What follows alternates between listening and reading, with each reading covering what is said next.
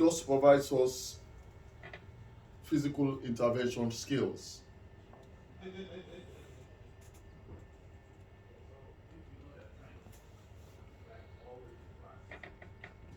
On this model, we're going to be talking about what is physical intervention. What is physical intervention? Our main focus is going to be on the application of physical intervention in the private security industry.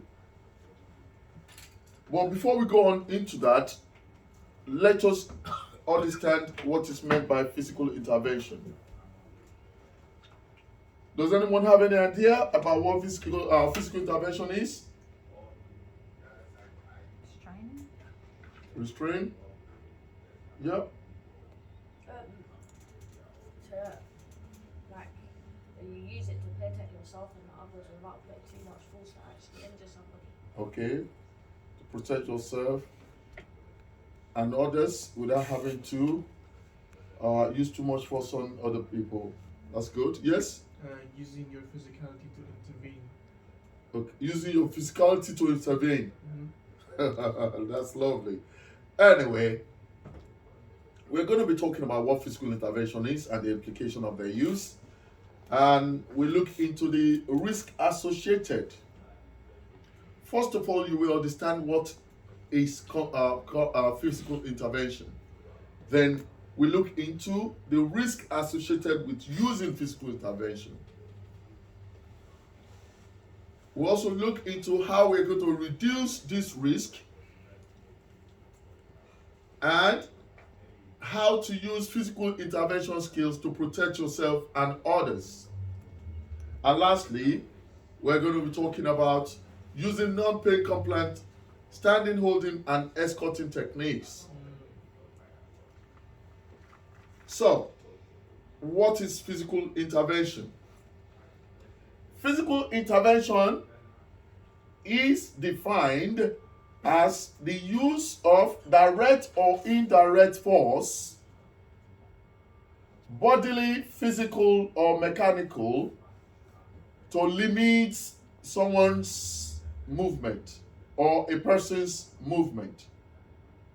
The use of direct or indirect force, bodily, physical, or mechanical, to limit a person's movement. That is, the force we're talking here could be a direct force or indirect force, and it could be bodily, and it could be physical or mechanical. Now, what's the difference between these three? If, for instance, I use my hand, please sit there.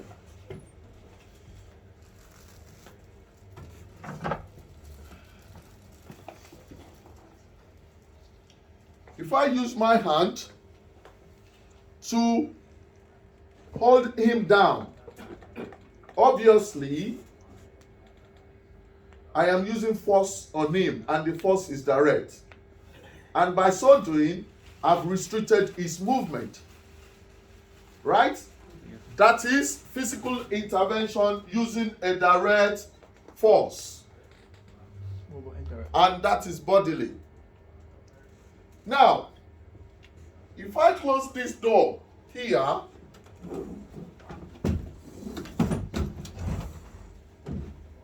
with this seat here, standing here, obviously, none of you will be able to come through. Yes? My physical presence here and these chairs, physical objects, yes, is restricting your movement. If you are to come this way, unless I give you permission to do that, you all will be moving within the room. Right? So, in other words, I've limited your movement to this room using a physical force, but it's indirect. This is not touching anyone, right? Nobody's having contact with it, so it's indirect. Does that make sense? Yes. Now, the other one, which is mechanical, is when you use things such as access door controls. Access door controls.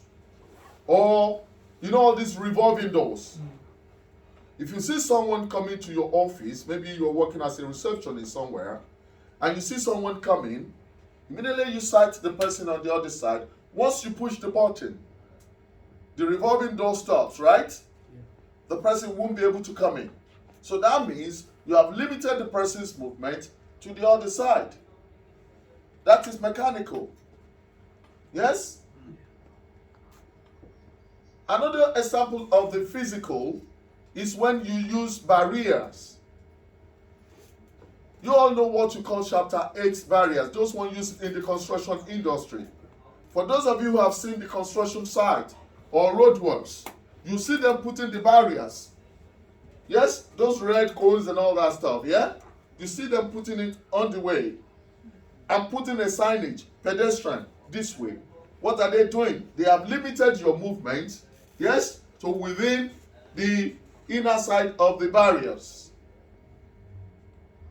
Does that make sense?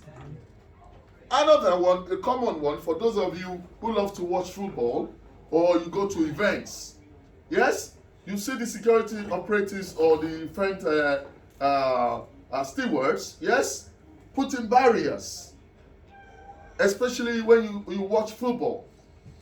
Yeah, you see the pitch where the footballers are playing. They will put the barriers all around it, and the spectators will be behind the barriers. So what they are saying there is you are not allowed to go into the pitch. The use of that barrier on its own is an indirect force and it's also physical intervention. So do we understand it now? The use of direct or indirect force, bodily, physical or mechanical, to limit a person's movement. All right? Okay.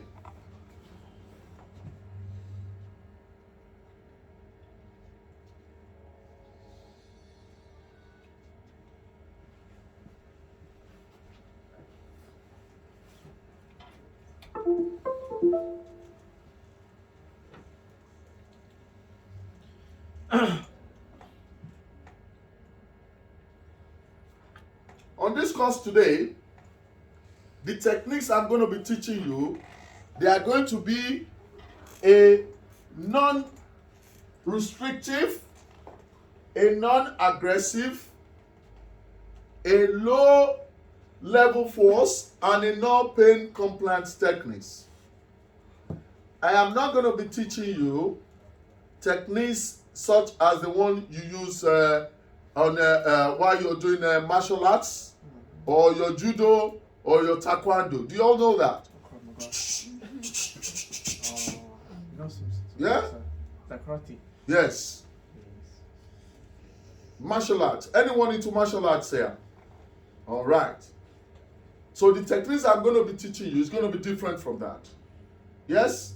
This one is going to be non-restrictive, non-aggressive, a low level, and a non-pain compliance techniques. A technique that whenever you use it, you're not hurting yourself, nor hurting the customers you are hired to protect. Non-restrictive techniques includes presence, direction, verbal and non-verbal, touching, prompting, guiding, and disengagement. Restrictive techniques, which obviously I'm not teaching you that today, includes escorting, like you can see on the picture, seclusion, physical containment, full restraint, mechanical restraint. I'm not teaching you this today. Now, from the definition of physical intervention as the use of direct or indirect force, right? That tells us that there is a use of force in either way, right? Now, you will agree with me that whenever force is being used on anyone, there are tendencies that you could injure the person, Yeah. right? Okay. If we now use this force and we don't use it appropriately, what do you think will happen? So, You can be sued, criminal proceedings, civil claims, civil actions, you lose your license, bad reputation, Go to jail. you go to jail. Yes? You lose your job. No money is coming in. You have criminal records. That's right. And when you have criminal records, you might not be able to work in certain areas. Life becomes very difficult. So, whenever we use physical intervention, we need to ensure that we are using a low-level force. However, physical intervention should be used as a last resort. Must be used as a last resort. When you have exhausted all options and you normally use it to protect yourself and others from danger or a dangerous situation, you use physical intervention to disengage from harmful contacts and also to separate someone from a trigger which can lead to a cause of event. You see two people, arguing or fighting, and you see that this can lead to, boxing one another. Yes? One of you take one to the other side, talk to him nicely. The other person take him to the other side, talk to him nicely. That is what you are to use physical intervention for. Don't forget, I've mentioned to you a number of times that the job of security operatives these days is more of a customer service. We are hired to protect customers and properties. You are not hired to hurt the customers, so we need to be very careful. Anytime you have to use physical intervention, it must be justified. You want to make sure there is a need for it and you can justify your action. All right? Now, moving forward, legal implications.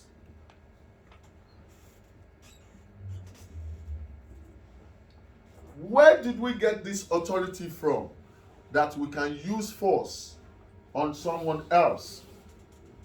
Yes, the authority that we have to use force, one, comes from the Licensing Act 2003, which establishes the SIA, and it makes it compulsory and mandatory that anyone working in the security industry must be trained, must be fit, must be competent, yes, to do the job.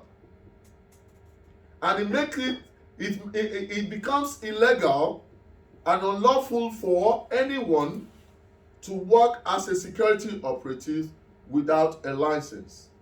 You could be fined up to £5,000, yes, and you can go be in prison for up to 6 months. And the person who actually put you to work, your employer, will also be fined unlimited amount. Secondly, we have the authority to use a low-level force from a common law self-defense. In the United Kingdom here,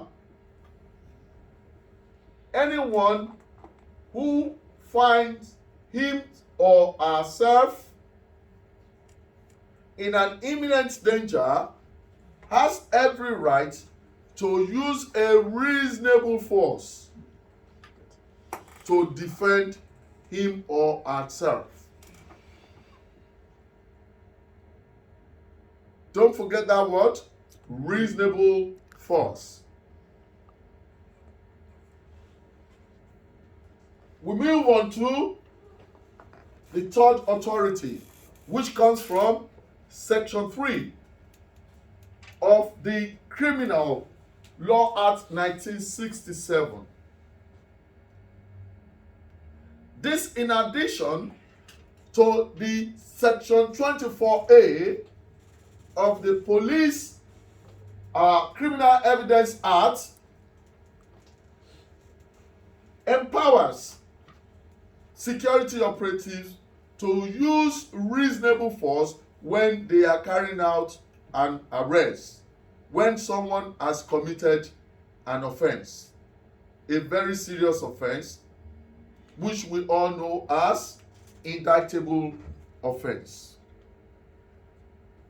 Indictable offense is any offense that is only triable at the Crown Court. And I've mentioned to you in this class what indictable offenses are. Yes? Can someone give me examples of that? Of an indictable offense?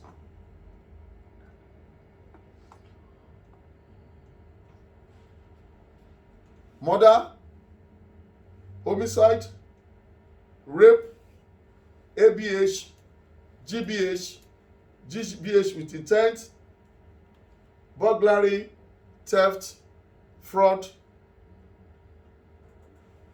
and so on. Terrorism. So when you are effecting an arrest on someone who is about to, or is committing, or is in the act of repeating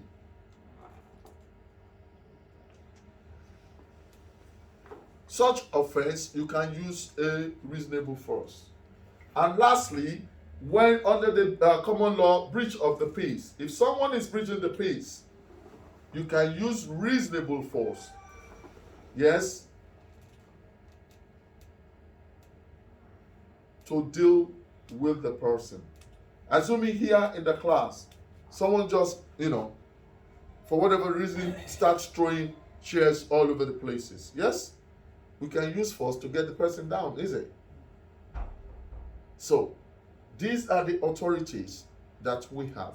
So you want to make sure that whenever you use physical intervention or you use force, yes, it must be within the authority given by law. It must be within these laws. Does that make sense? All right. We all have an ethical duty to work within the law without hurting the customers we're hired to protect. Trespass. A trespass is committed by a person who is improperly on someone else's property without consent. But the position of the law here is the law says no more force is used than is necessary to remove the trespassers from the premises. Like I mentioned to you 2 days ago, when you are removing a trespasser from your premises, you need to follow certain steps that is referred to as RIAT. We all know what RIAT stands for, right? Okay. Now, if you use RIAT, request someone to leave, explain the reason for them, yes, why they must leave, appeal to them to leave. Remind them you are waiting for them to leave. And if they don't leave, you're going to use force on them. You're going to eject them. Before you eject someone like that, I want to honestly ask you all, if you go through those steps, do you think someone who is normal, who is with his right senses, will wait for you to eject him or her out. Yes? Obviously, no. So that is the reason why, if you go through those steps as a rule of thumb, yes, if you go through those steps and someone is still refusing to leave, then you should know that something is wrong with the person. It could be a medical condition which require an emergency. It could be a behavioral issue. It could be a mental health issue. It could be the effect of drugs or alcohol on the person. What we advise you to do in such circumstances, you use a de-escalation techniques as against using physical intervention. Does that make sense? Does that make sense, guys? Yeah?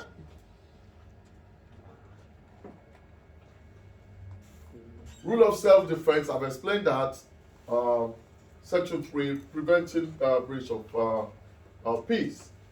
The use of force must be reasonable, must be necessary, must be a preemptive strike, and justification. That is, at any point in time that you will have to use force, you must be able to justify it.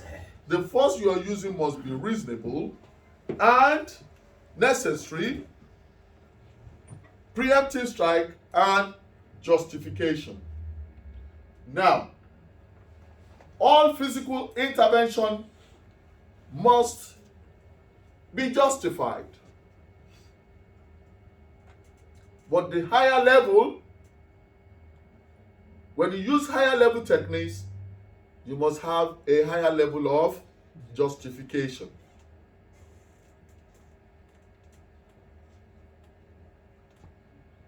What is meant by justification?